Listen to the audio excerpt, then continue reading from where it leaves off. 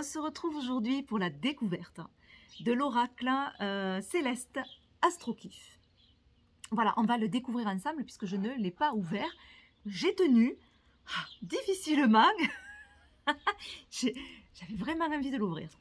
Voilà, c'est un jeu qui attise ma curiosité en fait.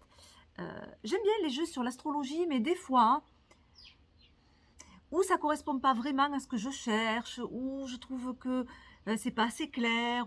Il y a toujours des petites choses qui me dérangent un petit peu. Ou alors c'est intéressant, mais c'est intéressant à étudier, mais c'est pas intéressant à pratiquer. C'est-à-dire que ce sont des jeux des fois où ils sont pas mal faits, mais pour les avoir en carte et en oracle, ben, je trouve pas que c'est judicieux en fait. Et je trouve que finalement, il reste compliqué à utiliser en tirage. Voilà, et celui-là, je ne sais pas pourquoi, je me suis dit, mais il est bien fait. C'est-à-dire qu'on a les concepts de l'astrologie, avec d'autres choses qui se rajoutent, puisqu'il y a de la mythologie aussi gréco-romaine, me semble-t-il. Elle reprend aussi du Béline. Donc il y a des choses qui se rajoutent. Et en même temps, j'ai l'impression qu'il est bien travaillé pour réellement s'en servir comme ça en carte, quoi. Réellement, faire des tirages avec. Voilà, donc il me semble qu'il est bien fait. En tout cas, il a attisé ma curiosité. S'il faut, je vais être déçue. Hein. S'il faut, je vais être déçue. Mais je sais pas. Mais voilà, j'avais envie de le découvrir avec vous. Alors, déjà, de qui c'est? Donc, c'est un jeu de Julia Salomé. Et illustré, parce que j'aime bien toujours donner le nom de l'illustrateur, Sandrine Fourier. Alors, je vais vous lire le dos et après, on va l'ouvrir ensemble. Donc, Julia Salomé, alias Astrokif, vous propose de redécouvrir le zodiaque grâce à son oracle céleste, inspiré de l'empreinte de la mythologie gréco-romaine. Laissez-vous porter par l'énergie des 12 signes astrologiques, la force des éléments, le mouvement des astres et des planètes, le rythme des saisons et le symbolisme des notions de l'oracle de Béline. Ce coffret contient 70 cartes magnifiquement illustrées pour recevoir les messages célestes et un livret de 160 pages pour interpréter vos tirages. Voilà. Je vais tourner la caméra, hein, comme ça on va l'ouvrir ensemble. Allez, c'est parti. On va découvrir ensemble ce bel oracle. Hein. Alors, allez.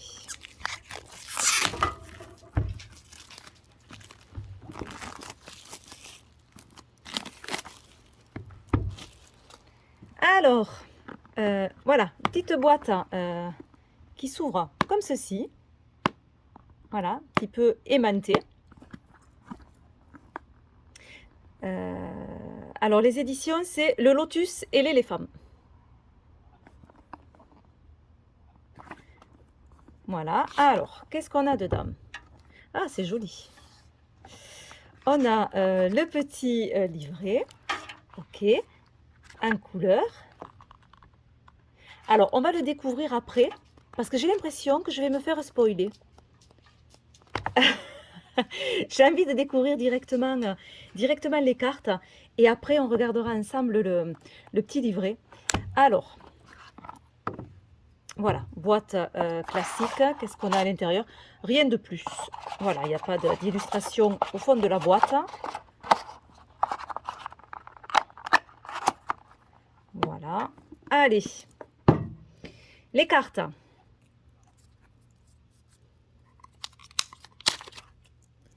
Alors, très joli dos. Très sympa ce dos. Alors, je ne sais pas si... Il y a une espèce d'ombre. C'est pas génial. Je vais changer de place, je pense, parce que quand je m'approche, ça fait une ombre. Et je crois que je vais aller dedans hein, pour vous le montrer. Je fais pause. Hein. Voilà, donc je suis rentrée, ça sera plus simple, on ne va pas être dérangé par l'ombre et les rayons du soleil. Alors, le dos, comme je vous montrais, qui est super sympa, ce dos. Il a un côté à la fois vintage, à la fois élégant, je trouve. On a des petits anges de chaque côté, donc le dos est réversible. Donc je suppose que les cartes doivent le permettre. Alors peut-être pas celle-là du coup, à voir. La tranche est dorée. Voilà, tranche dorée. J'ai une carte par contre qui est un petit peu abîmée justement sur la tranche. Je ne sais pas si vous le voyez là. Bon, après, ce sont des tranches qui vieillissent pas super bien, ces dorures, hein. C'est toujours l'inconvénient. Au niveau de la qualité, on a une très très bonne qualité. Voilà. À la fois c'est souple, mais aussi pas fine hein, quand même. Donc ça va. Je pense elles seront pas mal.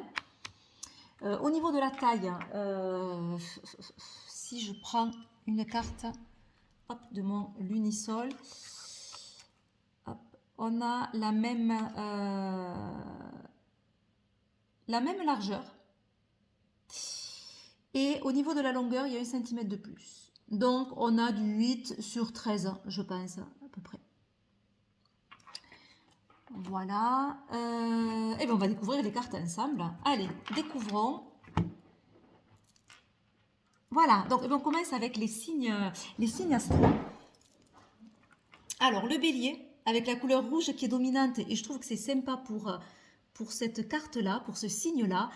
On a l'énergie martiale, hein. De toute façon on a la planète Mars. Alors vous voyez qu'il y a 4 symboles, donc le symbole du signe, le symbole de la planète, le symbole de la maison et le symbole de l'élément. Voilà, maison 1, élément feu.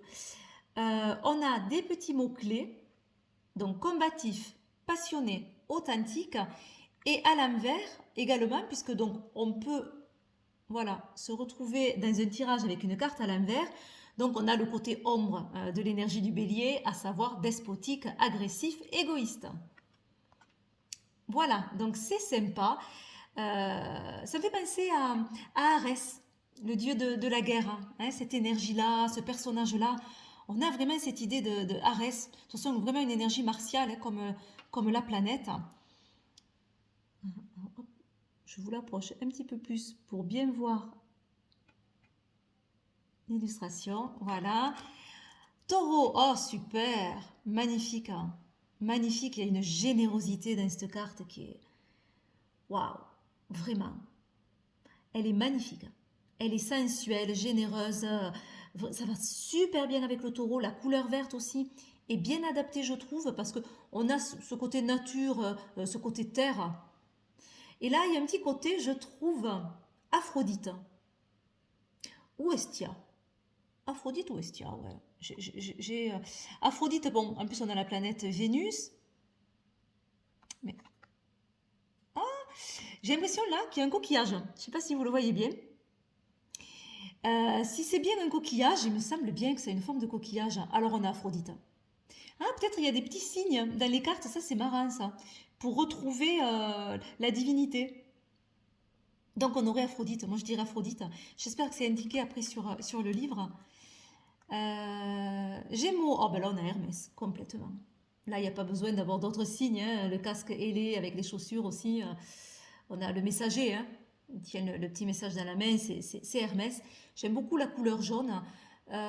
L'énergie de cette carte aussi, pour le Gémeaux, super. Voilà. Intelligent, habile, charmant, instable, léger, double face. Oh, Cancer, magnifique. Magnifique. Ah, j'aime beaucoup.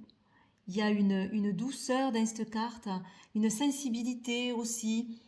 J'aime le voile, où on sent une protection, un effacement.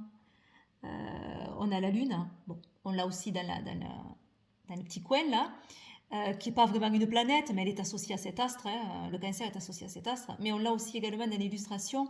Moi, ça me ferait penser à Séléné. Ouais, moi je dirais Séléné là. J'y verrais bien ce côté-là. Ah ben là, c'est un magnifique lion solaire. Oh, sublime. Là, on a un côté très Apollon. Apollon, Hélios, dieu du soleil. Magnifique. Magnifique, vraiment. Et ce soleil à l'arrière, c'est somptueux. Le regard tourné vers la droite, j'aime beaucoup, beaucoup, beaucoup. Ouais. La Vierge, Déméter. D'entrée, moi, je dirais Déméter. Peut-être parce que voilà, c'est la déesse de la moisson. Elle est associée aussi à la fertilité avec ce blé. Hein. Il y a souvent le blé avec Déméter. Ouais, j'y mettrais bien Déméter, moi. Très très belle aussi, hein, cette carte de la Vierge, j'aime beaucoup. La Balance. Ah, super. La Balance, j'ai pas j'ai pas l'impression qu'il y a des signes particuliers. Je sais pas, j'y mettrais bien Thémis, moi. Très belle. Il y a deux planètes là. On a Vénus, bien sûr, et on a Saturne.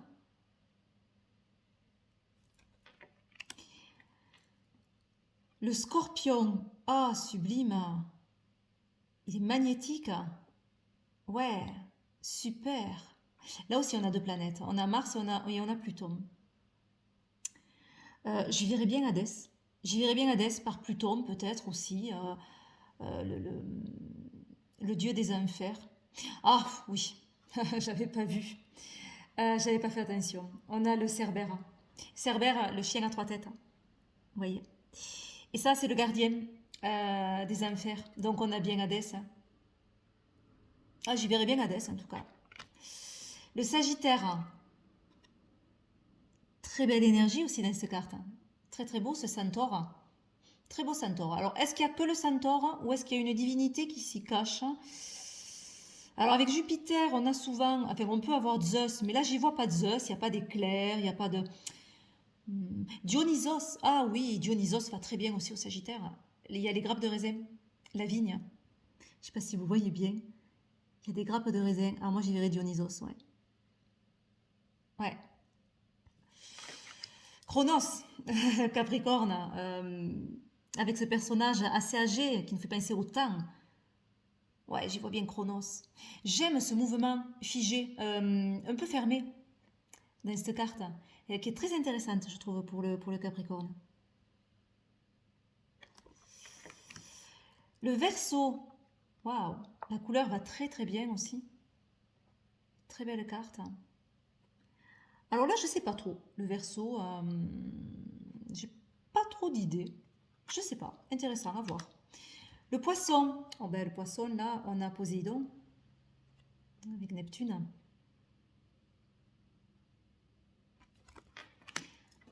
Ah, voilà les éléments maintenant. Les éléments, l'élément feu avec les trois signes Sagittaire, Bélier, Lion pour le feu. Pareil, on a des mots-clés lumière, on va dire, la créativité, le désir, le commencement, et plus côté ombre avec l'imprudence, l'ardeur, la violence. On a la terre avec les trois signes de la terre, toujours pareil. On a l'air qui amène du changement, l'air. C'est intéressant les petits papillons qu'il y a avec l'air, je trouve. Euh, Là, on a du blé, c'est intéressant aussi pour la terre et cette notion de fertilité. Et là, bon, on a les rayons du soleil. Ouais, c'est bien, bien travaillé, je trouve. L'eau. Ok, donc les trois signes, pareil. Ensuite, qu'est-ce qu'on a? Les planètes, je pense, avec les deux astres. Ouais, c'est bien ça. Donc, on a d'abord les astres. Le soleil. Voilà, avec le symbole qu'on retrouve du soleil. Ces deux petits anges au centre, super mignons. La lune, ouais, avec cette maternité.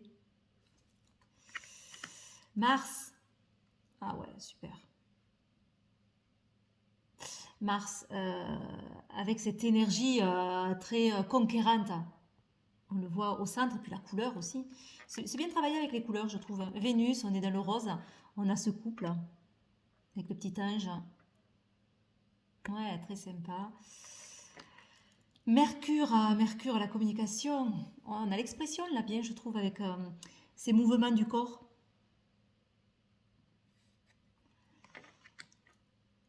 Jupiter, on dirait un coffre trésor.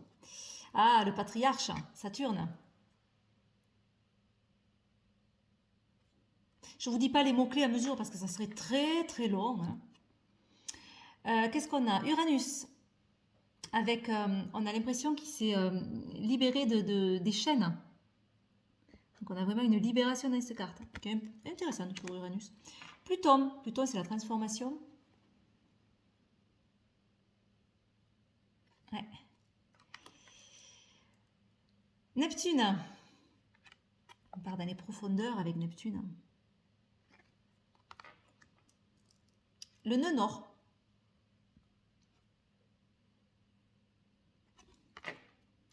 Le nœud sud avec cet enfant. Le point de départ. La lune noire.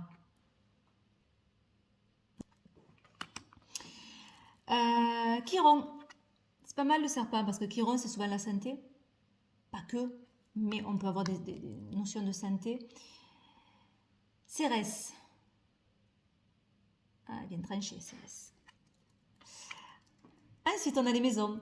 Ah, super. Super. Donc, la maison 1. Alors, je ne vois pas les mots-clés, hein, mais je vous dis du coup, je vous dis pas ce qu'il y a écrit, mais je vous dis moi, hein, mais ce que j'y mets moi dans ces maisons-là. Donc, la maison de l'ego, de la personnalité. Et donc, on voit un corps, un personnage. Oui, là, c'est la maison des ressources, des revenus, des finances, des possessions, du matériel. Et on le voit bien, je trouve, avec cette illustration. Alors, on a le signe à chaque fois qui est associé à la maison. Ça, c'est intéressant. Maison 3, la maison des Gémeaux, et forcément, c'est la maison de la communication, la maison 3. Des écrits aussi, des frères et sœurs également. La maison 4, c'est le foyer. Foyer, que ce soit famille ou bâtiment, hein, ou lieu. Et ça va bien au Cancer, hein, le foyer. La maison 5, la maison du lion, c'est la maison des plaisirs, c'est la maison des relations affectives des enfants, de l'art, de la créativité. C'est intéressant parce qu'on a un peu toutes ces notions dans cette carte. La maison 6, normalement, c'est la maison des obligations, du quotidien, des responsabilités. Elle peut avoir aussi une connotation au niveau de la santé, cette maison. Du travail également. Ah, la maison 7, c'est la maison des accords, des contrats, des unions, des associations. On a vraiment ça, c'est chouette. Ah, maison du Scorpion. Ah, super, avec la table Ouija, c'est super. La maison du Scorpion, la maison 8, c'est la maison de la transformation, mort, renaissance, qui peut parler aussi d'héritage, qui peut parler de sexualité. Voyez si elle le met. Les fins et les commencements, l'invisible, la sexualité, ouais. Et à l'inverse, l'addiction, les forces occultes, le drame. Ok. Maison 9, maison du Sagittaire, c'est la maison des voyages, des études, la curiosité, tout ce qui est aventure. J'aime bien y voir tout ça dans cette maison, moi. La maison 10, la maison des réalisations socio-professionnelles en général. Carrière, et là on le voit bien avec l'élévation, hein, être le premier, être le numéro 1. Maison 11, maison des appuis, de l'entourage, les amis, le collectif. On le voit super bien là aussi. Ouais. Et la dernière maison, la maison 12, c'est la maison de l'adversité, des épreuves, de ce qui est caché également. On peut y voir aussi un côté de guérison dans cette maison, il y a des choses à guérir. Et là, on a bien un enfermement dans cette maison, c'est intéressant. Voilà, les rêves, le monde intérieur, la charité, l'ami, l'isolement, les épreuves de la vie, ouais, voilà, la solitude. Voilà, sur les maisons. Maintenant, on a quoi? Mercure rétrograde. Ah, ça, c'est des transits planétaires. Donc, Mercure rétrograde. Comme pour toutes les cartes, on a des mots-clés envers endroit, avec le symbole du coup, hein, du transit. Donc là, on a le retour de Saturne. Le retour de Jupiter. L'éclipse solaire et l'éclipse lunaire. Ah. Alors, je suis un peu sceptique sur ces deux cartes, en fait, pour moi. Pour moi, hein, c'est personnel. Hein. Au niveau de l'illustration, je parle. J'aurais mis l'inverse. C'est-à-dire que pour moi, là, on a une illustration qui montrerait plus, finalement, une éclipse lunaire, je trouve. C'est-à-dire que l'éclipse solaire, ben, comme son nom l'indique, le soleil est éclipsé. Donc, c'est un peu comme si la lune prenait la dominance. Elle prenait le pas sur le soleil. La lune mange le soleil, quoi. Voilà. D'ailleurs, c'est cette carte que... L'éclipse solaire était la plus crainte par les populations à l'époque. Hein. Ils avaient encore plus peur de l'éclipse solaire que de l'éclipse lunaire. C'était vraiment pour cette époque-là et pour certaines tribus une crainte réelle quand le soleil était éclipsé par la lune. Et moi, pour moi, elle est trop lumineuse cette carte. On n'a pas cette idée que la lune a pris le pas. Là, pour moi, c'est le soleil qui a pris le pas. Donc on n'est pas dans l'éclipse solaire, mais dans l'éclipse lunaire pour le coup alors. Voilà, moi c'est au niveau de l'illustration, alors peut-être qu'après c'est bien expliqué dans le livre et que les choses sont claires, mais au niveau de l'illustration, pour moi j'ai l'inverse là. Ça sera le point qui va me gêner un petit peu. Et là voilà, on a quelque chose de très lunaire alors que c'est l'éclipse lunaire, donc la lune n'y est plus normalement. Ouais, pour moi, alors c'est personnel, peut-être vous ça vous fait pas pareil, hein, mais pour moi j'ai l'inverse là. Rien qu'avec le nom des cartes, ça peut pas être comme ça quoi. Voilà. Bon, enfin, c'est pas grave. Allez, la nouvelle lune. Ah, bon, là, on a tout ce qui est au niveau de la lune. Et je pense des changements de cet astre-là. La pleine lune. J'espère que vous voyez bien parce que je ne regarde pas. On a les saisons. L'été, ouais, avec le beau tournesol. Donc, logique. Des beaux papillons aussi. L'automne. Ah, on a les signes. Balance, Scorpion, Sagittaire, forcément. D'accord. Ok, l'hiver, avec le symbole de l'hiver, du flocon. Et on a le printemps, avec cette belle fleur. Et l'hirondelle. Intéressant pour le printemps. Ah, voilà les cartes du coup qui sont ajoutées, qui sont complémentaires et qui, je suppose, font un lien avec le Béline. Hein, c'est ce qu'on avait lu derrière. Donc, l'étoile de l'homme et l'étoile de la femme, bien sûr. J'aime les positions. J'aime que l'homme regarde vers la droite, la femme vers la gauche. Donc ça, c'est bien. Voilà, pour moi, ça, c'est bien. On n'a pas de position renversée, ce qui est assez logique. Et peut-être qu'on ne l'a pas, ouais, voilà, sur aucune de ces cartes-là. Donc cela se lise que dans un sens. La destinée avec cette belle clé. Le ciel avec un petit ange. Je ne sais pas si vous allez le voir.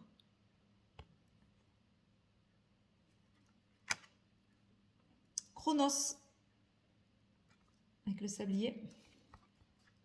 La réussite.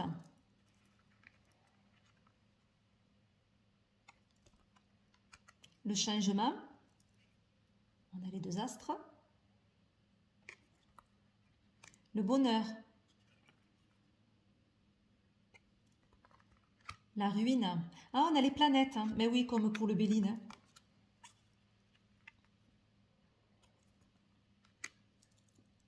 Les ennemis. Et Mars. La trahison. La paix. Avec la colombe. La naissance.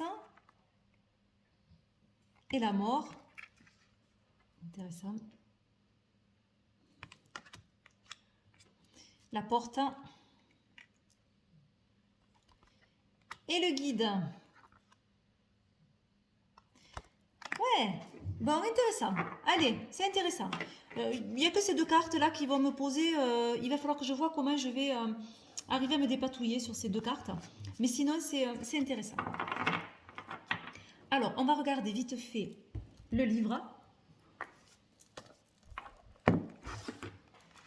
Alors, on a un sommaire. Oh, ah mince. Pourtant, je viens de l'ouvrir et hop, j'ai les pages déjà qui s'en vont. Ah, pas top. Bon, il faudra que je scotche. Ouais, bon, une intro, et pourtant je ne l'ouvre pas énorme.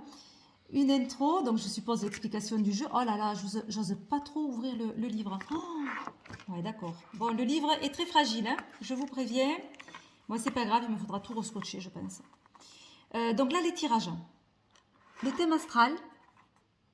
Donc, je suppose que ça doit se faire avec les 12, ouais, les 12 maisons, je suppose. Oui, on a les maisons. Oui, c'est bien ça. Donc une explication pour les maisons, c'est bien, au moins comme ça, voilà, c'est expliqué. Et une explication pour interpréter le tirage. Ok. On a toujours le thème astral, mais rapide cette fois. Alors je pense qu'il n'y a que quelques maisons qui sont positionnées apparemment, à voir. Là, qu'est-ce qu'on a la même chose. Le tirage du cycle lunaire.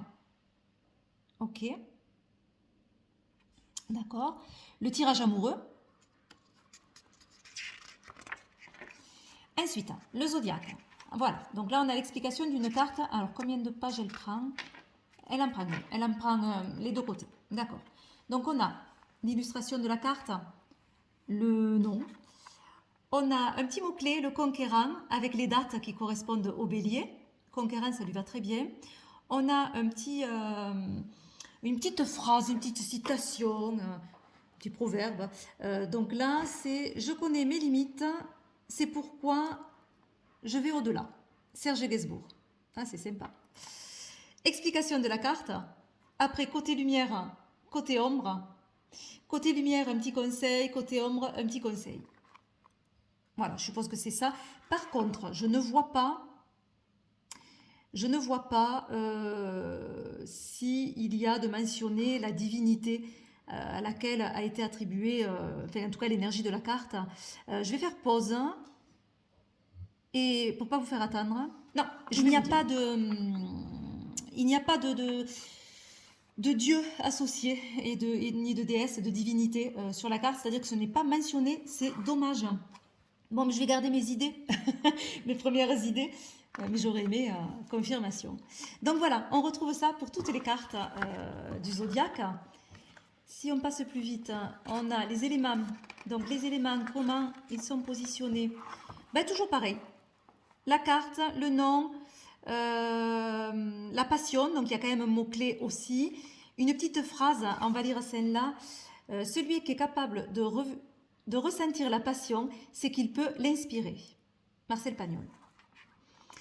Petite explication, côté lumière, côté ombre, avec le conseil sur les deux côtés, on a exactement la même chose. Donc hop, on passe sur les éléments. On a les astres. Les astres, le soleil, exactement la même chose. Avec en plus où c'est qu'il est dominant. Il domine le lion. Hein. C'est vraiment l'astre du lion ou la planète, on va voir, qui est associé au signe en fait. Donc il y a le signe qui est notifié et après c'est exactement la même chose. Voilà pour toutes les planètes.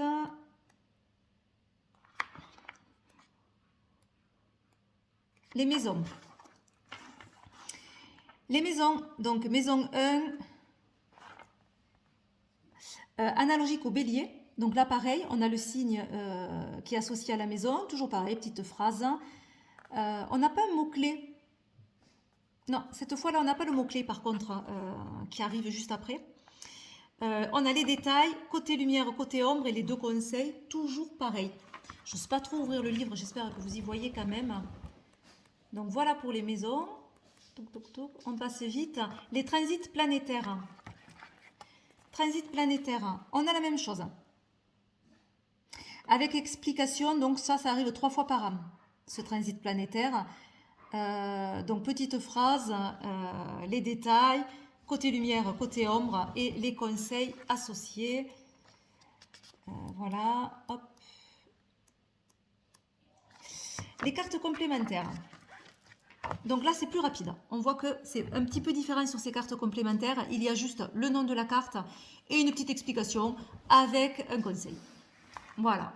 Et je pense que tout ça doit être pareil si on prend au hasard. Oui, on a pareil. Du coup, voilà, beaucoup plus rapide sur ces cartes-là. Et ensuite, les auteurs. Ah, ils ont dû mettre leur signe astrologique, c'est sympa. Donc, l'auteur ou l'autrice, moi j'aime bien dire l'autrice, Julia Salomé, donc qui est certainement du signe de la balance, avec des explications sur son profil, et Sandrine Fourier, l'illustratrice. Voilà, qui est Verseau.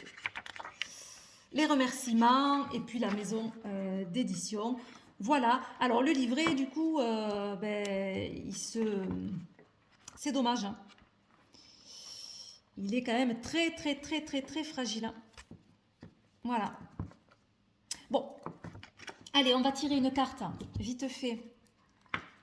Comme ça, je vais vous montrer... Alors, je ne pense pas que je vais vous lire toute l'explication parce que ça risque d'être un petit peu long. Allez, on coupe un, tac,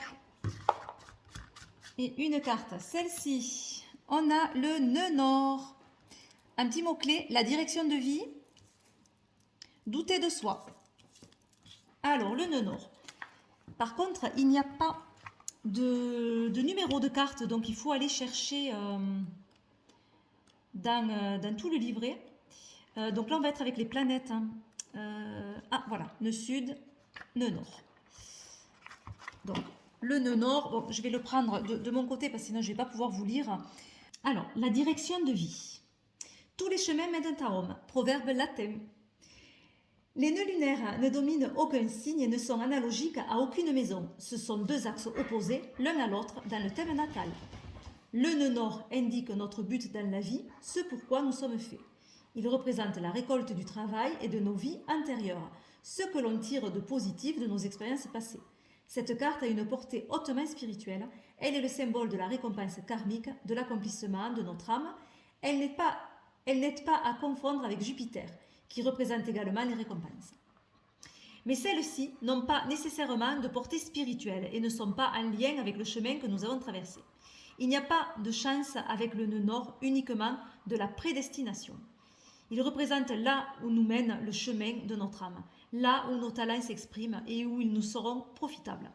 Cette carte n'a pas nécessairement la portée sentimentale, professionnelle ou matérielle. Elle nous parle de notre bonheur profond. Voilà, je vais vous lire juste en lumière le petit conseil. Je suis exactement là où je suis censée être. Et côté ombre, le petit conseil, je dois croire en moi et ne plus me limiter. Voilà, sur ces belles paroles, il ne me reste plus qu'à vous faire de gros bisous et à vous dire à très vite. Bye bye.